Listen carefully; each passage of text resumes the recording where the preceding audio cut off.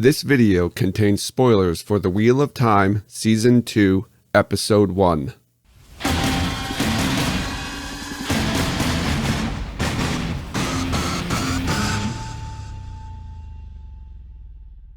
So, Jen, can you please take it away? Give us a recap of Episode 201.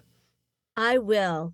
If you remember, we left our recaps with the small girl on the Western Shore being horribly murdered by the Shanshan. Okay, so we will start off Season 2, Episode 1, A Taste of Solitude, written by Amanda Cade Schumann and directed by Thomas Napper. On a dark night outside a building with a six-pointed roof, a little girl plays among stones, one embedded in the ground with strange symbols. As Trollocs rush out of the night toward her, she runs inside, where hooded figures are around a table, listening to Ishamael speak about Rand al'Thor. From under the table, she sees a woman with long fingernails, a person wearing black gloves and a black Aes Sedai ring, a soldier with a black hawk sigil. When her mother flat out ignores her, Ishamael takes her outside to show her Trollocs aren't as evil as everyone says, and neither is he. Before they leave the room, Padan Fain pulls down his hood and grins at the girl menacingly. Moiraine is wearing a plain, beige-colored dress as she pulls water from a well and carries the buckets back to a house. No blue clothes? Hard labor? She fills her bath, but can't use the power anymore to heat the bathwater. Tears.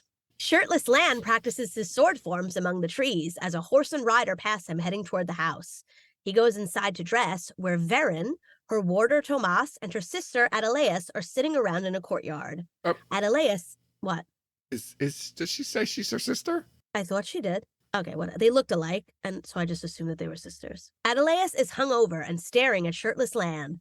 Adeleas is all of us. We learn the rider is a visitor from Moiraine, one of many who have come, but Moiraine has not been forthcoming about who these people are, not even with Lan. Lan tells Moiraine that she has another visitor, this one from Ilion. Moiraine snaps at Lan to send him in, and if Moiraine doesn't stop taking her own shit out on Lan, we are going to have words. The man, Master Doman, a ship captain, enters as Lan is coldly dismissed, and Moiraine says they have business. In the tower, Egwene is puttering around collecting dishes to clean. She takes a long look at the Amerlin's official dress, propped up in one of the rooms. In another, she gets a close look at Alanna and her warders giggling and rolling around in bed. Guess what? The tower has more than one hallway! And there are plenty of other Aes Sedai around! Yes! When Egwene gets to the kitchen, Nynaeve and some other novices are cleaning. Nynaeve is not about this at all. Alanna struts in to give them a weaving lesson. They need to pull the elements out of a glass of dirty dishwater. Egwene tries to channel with no hands, while Nynaeve is completely blocked. Alanna reminds them of their potential power that Amalisa used in Faldara, and says Nynaeve is 10 times stronger than Egwene. Ouch. No one can leave without drinking their water, so Nynaeve defiantly chugs her dirty dishwater, and I gag. Ooh. Ooh. Alanna gives an update on the girls to Shiriam, the mistress of novices, and a few other Aes Sedai, including Liandrin. They have all tried working with Nynaeve to no avail, all except Liandrin, who has not been allowed since she killed a girl that one time. Whoa, I don't think that's what she said. I think she said she is. She said she died. She said she died. A novice died under her care. I don't think she said you killed somebody. What are you, her No, lawyer? like training. But we'll talk about that later. Good. Put a pin in that. Liandrin tries to convince them that the end of the age is coming. The hunt for the Horn has been called, and another false dragon is rising in Saldea. They are going to need Nynaeve's power. Shiriam agrees to let Liandrin talk to her. Alanna is against it. Perrin and Loyal are with the Shienarans on the hunt for the Horn of Valir. Perrin is writing a letter to Egwene. I mean, Egwene and Nynaeve, yeah, sure. He thinks Rand is dead, and he doesn't know where Mat is. Lord Ingtar, their leader, has just hired a new tracker. Perrin and Loyal mess with Uno about how he keeps just missing finding Fain. The new tracker, Elias, appears in front of them. He brings them to a destroyed tinker camp with dead tinkers and burned wagons. Perrin's eyes flash yellow. We hear wolves howl, and he sees a vision of Fain killing people and a little girl running away. Elias has that same info. Weird. A little further away, they find a dead dog and a dead Shienaran wearing that Black Hawk sigil we saw earlier. Ingtar commands them to bury all the dead, even the traitor. Doman shows Moiraine a piece of Quendiar, broken, though it's impossible to break. Lan laments to Tomas about the loss of the bond. Tomas says Lan can leave if he wants. He already protects Adeleas, even though he's not her warder, and he can protect Moiraine too. Lan's not fucking leaving! Doman explains that he found the Quendiar outside Kyrien, a piece of a broken moon dial. On the dial was a poem written in blood that he just happened to copy down. Moraine negotiates the shit out of him and gets the poem, which is all she wanted.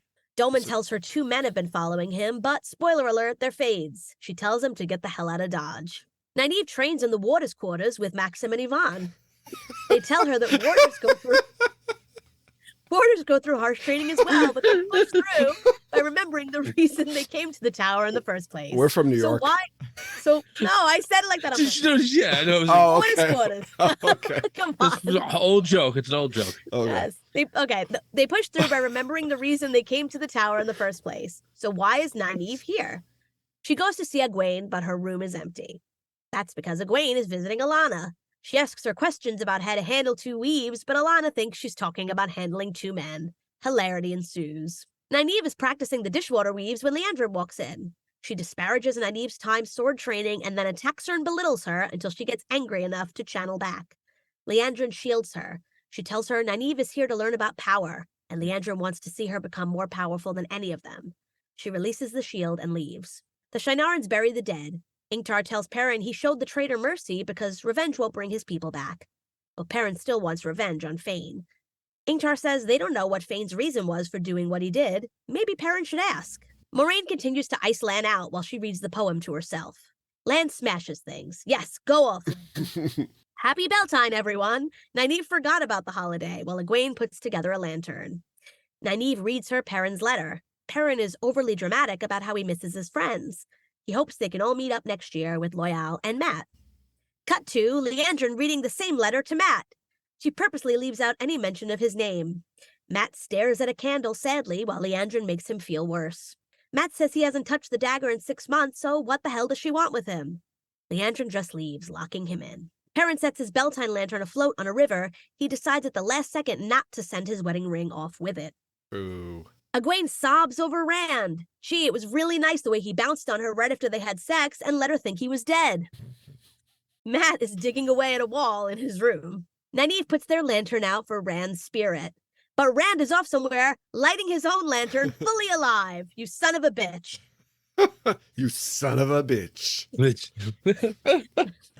Lan sets out a dinner plate for Moraine and asks everyone to wait for her. But they're hungry, so they try to convince Lan to ignore Moraine's attitude. It's hard to be cut off from the one power. Tomas tells Lan to be quiet and listen to her, and it's the first time anyone has ever said that to Lan. Lan gives in and brings Moraine her dinner, but she's gone, and she dangerously left 100 candles burning in a room full of paper. Moraine rides Aldeeb off into the night, and in 7 seconds encounters a Fade. This was a good plan. What? She stamps and... What? She had Aldeeb? Yeah. Yeah, that's her horse. Oh, it's a white horse. Sorry, I didn't don't know. pay It's attention. a white horse. Okay. Yeah, let's it's talk- Aldeeb. I don't know. we have to Okay, talk she stabs about and that. kills one Fade, but there's another who gets her in the gut. Thankfully, Lan shows up at the last second to kill it. More Fades pop out of the shadows, and Lan has a great fight that you can really see if you turn up your brightness. However, he can't finish it alone, so Verin and Tomas swoop in just like Caramon and Raistlin Majeri And with Adelius. swords and magic to finish off the last Fade. Adelius comes too. She does the like that. She does? She does the thunderclap that she says. Really? Yeah. Yeah. Oh, I didn't even notice her. I gotta look at The see how two- dark her- it was? I didn't see Her her. and Verin is standing up on the ridge, both of them Oh. together. She's the one that says cover your ears. Yeah. Oh, I She does apologize, like then. the I loud missed. sonic boom and then Okay, so then yeah. yeah. All right. Sonic.